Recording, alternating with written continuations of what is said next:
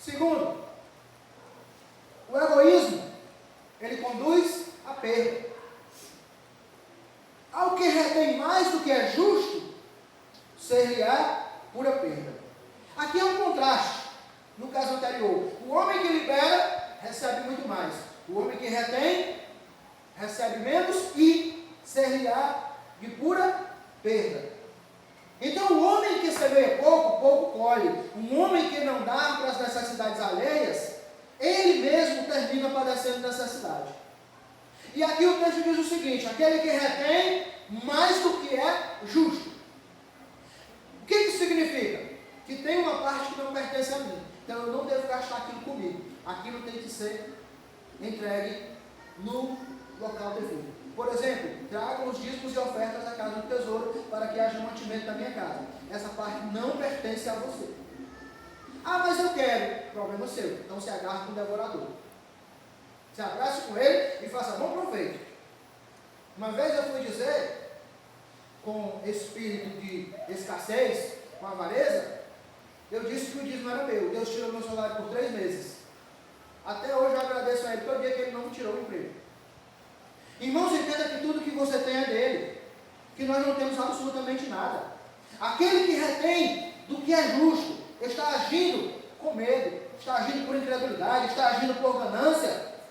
Então parte daquilo que Deus te deu não pertence a você. Entenda isso. Nos meus 20 anos de ministério, eu já vi muitas coisas acontecer e eu fico só olhando de longe. Eu já vi pessoas serem abençoadas com transporte e dizerem assim: ó, o transporte aqui vai ser para ajudar os irmãos da igreja. Aí ele vê o irmão da igreja vindo para a igreja. Se o cabo não pular, ele passa por cima. Ele disse que não viu. Pastor, esse tema aí que a gente está falando, nós estamos na igreja, não estamos doendo, precisa para ajudar também com o De todas as formas. Então, já vi gente receber essa bênção, dizer que vai partilhar, dizer que vai servir e nunca serviu. E a bênção foi retirada. Eu já vi gente dizer que não levava comida para a casa de Deus porque ficava com cheiro de comida no transporte. Cadê teu transporte agora?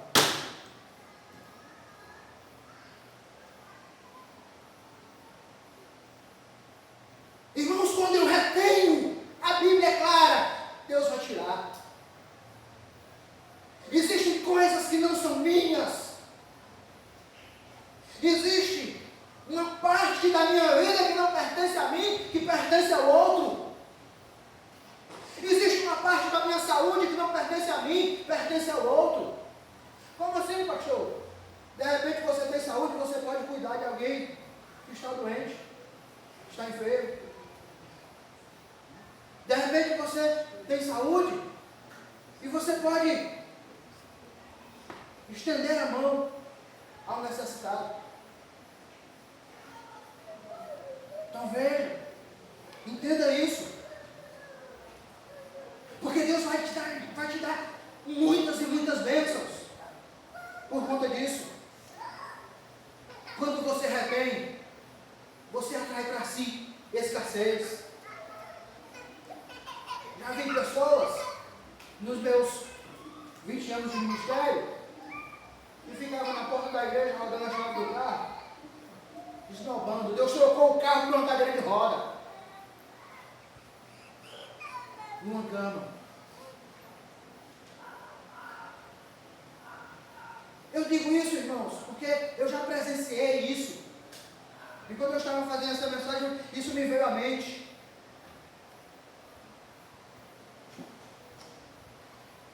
Já houve situações, eles são testemunhos.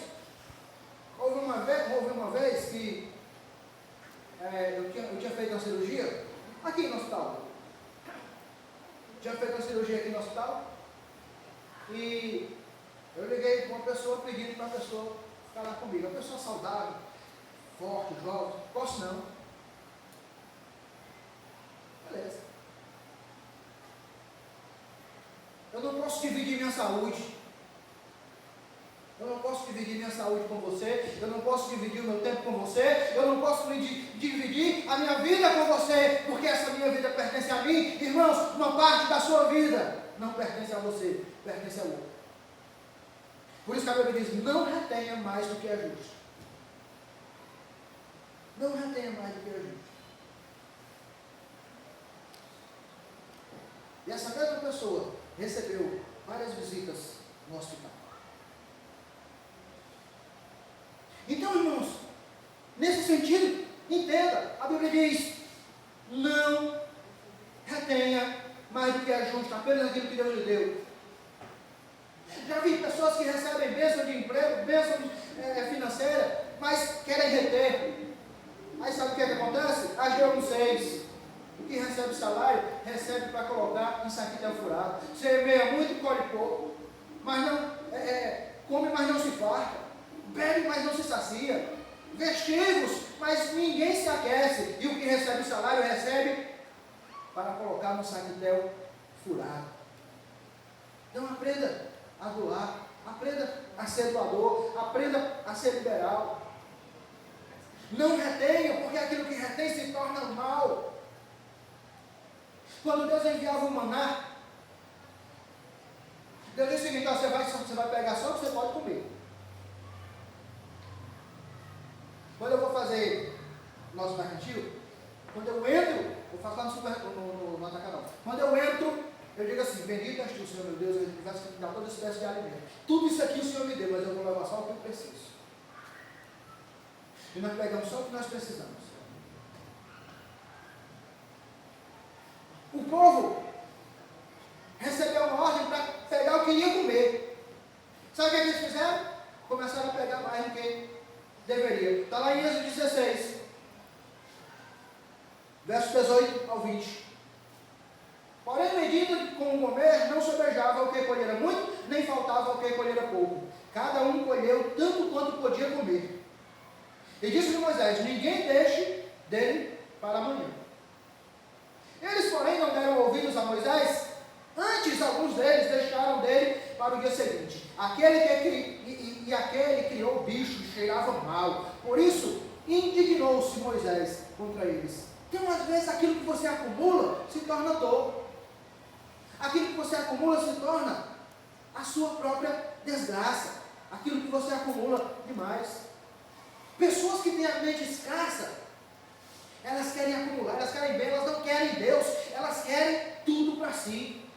Nós podemos ver isso no jovem rico, lá em Mateus 19, 20 e 21.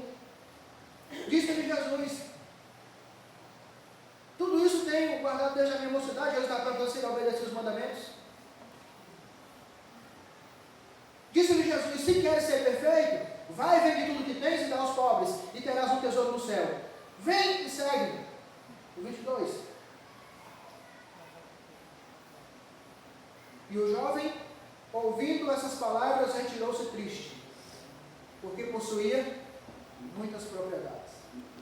Ele perdeu a oportunidade de ser discípulo de Jesus. Ele perdeu a oportunidade de fazer parte daquele grupo escolhido pelo próprio Cristo. Porque os bens não permitiam. Porque a sua ganância não permitia. Porque existem pessoas, irmãos, que elas são ricas para os homens, mas elas são pobres para com Deus. Há uma parábola do homem insensato, em Lucas 12, 19 a 21, que o homem juntou tudo e ele disse que tinha tudo. E direi à minha alma: tens um depósito, muitos bens, para muitos anos, descansa, come, bebe e folga.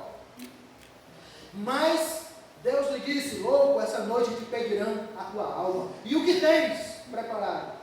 Para quem será? Assim é aquele que para si ajuda tesouros e não é rico para com Deus.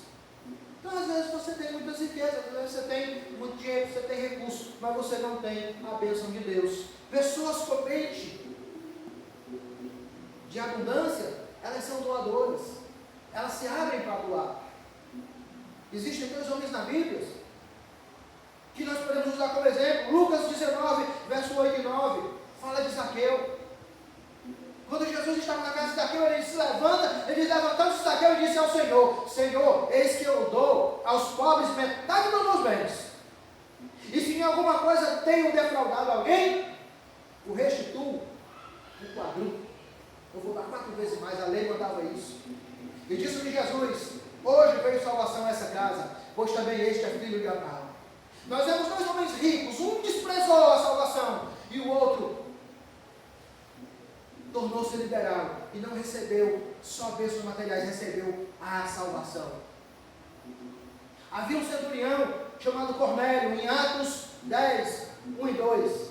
Havia em Cesaré um varão por nome Cornélio, centurião da corte, chamada italiana, piedoso, temente a Deus com toda a sua casa, o qual fazia muitas esmolas ao povo e de contínuo orava a Deus. Aí Deus dá uma visão a esse homem e diz, olha, vai até a cidade de Listra, na rua chamada direita, e manda chamar Pedro, e ele vai vir aqui pregar para você. Olha como é a profecia de Deus, dá até o endereço. Tem uns profetas aí que dizem, tem alguém aqui com dor de cabeça, não. E aí, antes da pessoa chegar, Pedro tem uma visão, e Pedro vai lá e prega, e aquele homem se converte, e é selado com o Espírito Santo. Mas tudo começa na generosidade, tudo começa na liberalidade.